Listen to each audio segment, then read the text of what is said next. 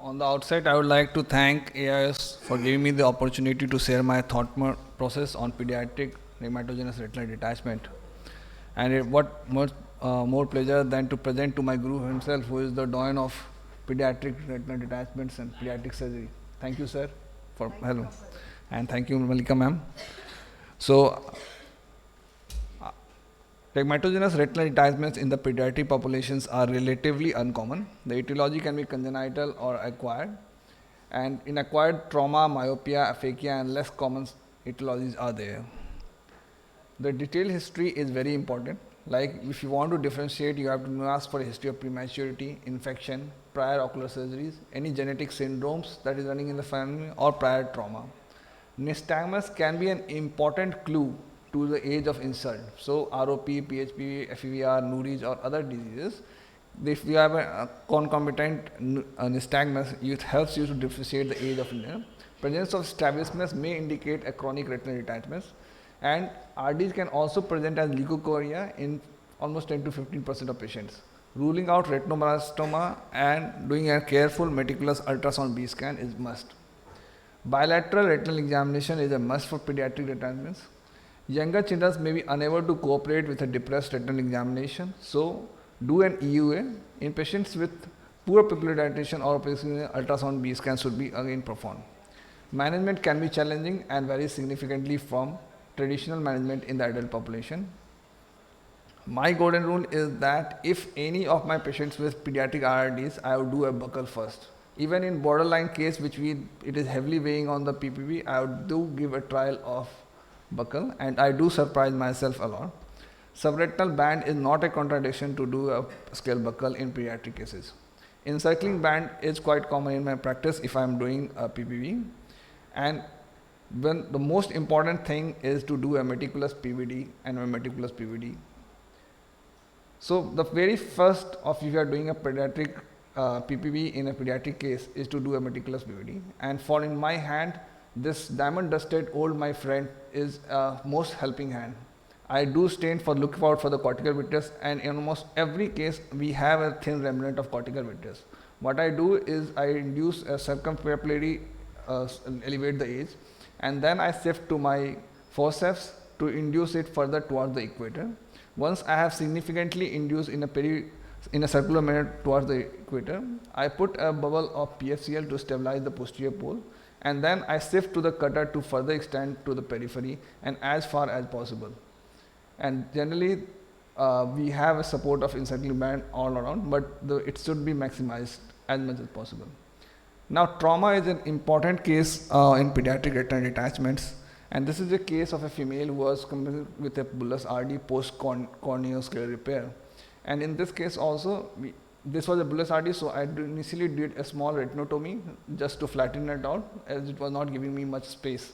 And once we have done a flattened out, I stained the cortical vitreous, and again the same usual step of using my forceps, diamond duster scrapers, and the vitreous cutter to initiate the cortical vitreous detachment and to take it as far toward the periphery as possible, and using my PFCL bubble to stabilize the posterior pole as much as possible, giving me a third helping hand.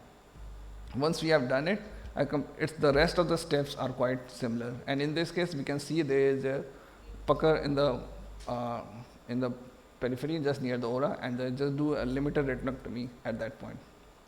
Now, one of the indications is there will be a coexistent macular pathology, which is an indication for doing a PPV as a first, and inverted ILM flap in these cases do come to our rescue. So this is the post-operative result. This is around 1 week follow-up.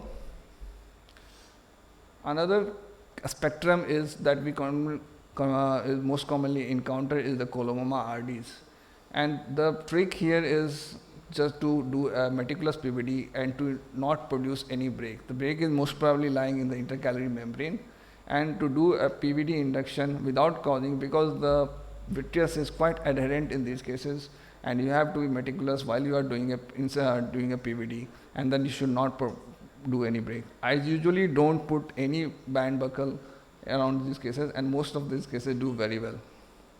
I also avoid using PFCL in this because there is high chance of posterior migration and do a direct drainage from the posterior in the break on the intercalary membrane.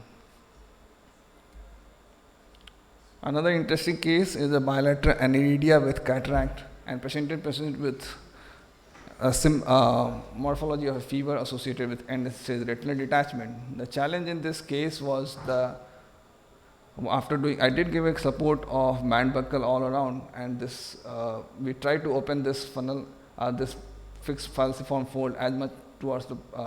We supported it with a 240 band and a 276 tire in the limited area.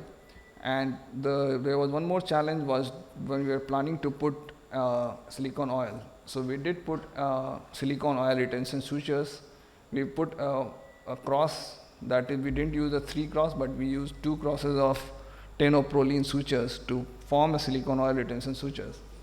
And once we have done that, we are able to we're satisfied with the results, but this patient eventually developed a redetachment and we had to lose this eye.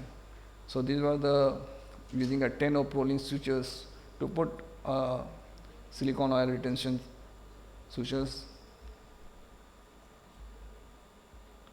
Another interesting case is of this patient of an axial field ridger syndrome with GRT. Now in GRT, generally you associate with a complete PVD.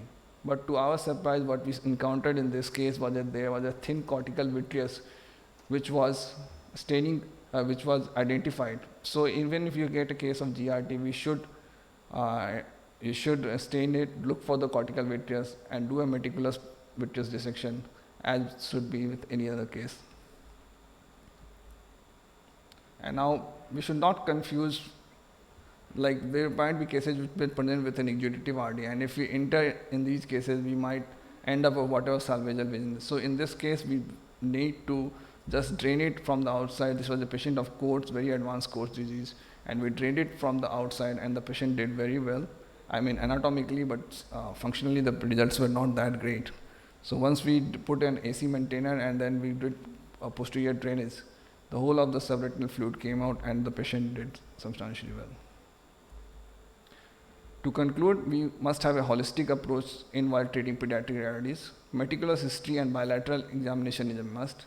Identify syndromic association and genetic counseling. Post-op rehabilitation should include amblyopia treatment and strabismus management. The role of community ophthalmologists in early identification of pediatric retinal disease and appropriate guidance and referral is of paramount importance. Together we can save many young eyes. Thank you.